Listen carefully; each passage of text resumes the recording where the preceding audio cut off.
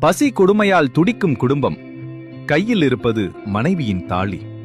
அவர் என்ன செய்யப் போகிறார்? சோழ நாட்டில் வாழ்ந்தார் குங்கிலியக்கலைய நாயன்மார்.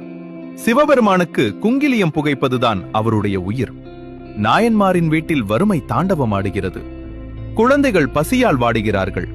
சுவாமி, குழந்தைகளின் பசி தாங்க முடியவில்லை. இந்த திருமாங்கல்யத்தை அடகு வைத்து அரிசி வாங்கி வாருங்கள். நாயன்மார் தன் மனைவியின் தாலியோடு கடை தெருவிற்குச் செல்கிறார். அங்கே ஒருவர் குங்கிலியம் விற்றுக் கொண்டிருப்பதை பார்க்கிறார். யோசிக்காமல் தாலியை கொடுத்து குங்கிலிய மூட்டையை வாங்கிக் கொண்டு நேராக கோவிலுக்குச் சென்று தூபம் போடத் தொடங்குகிறார்.